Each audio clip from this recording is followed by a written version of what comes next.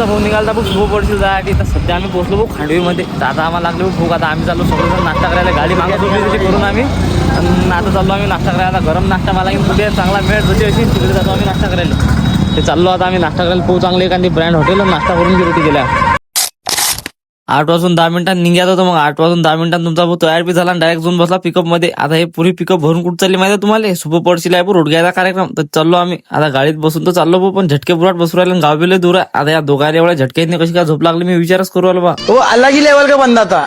चल झूठा.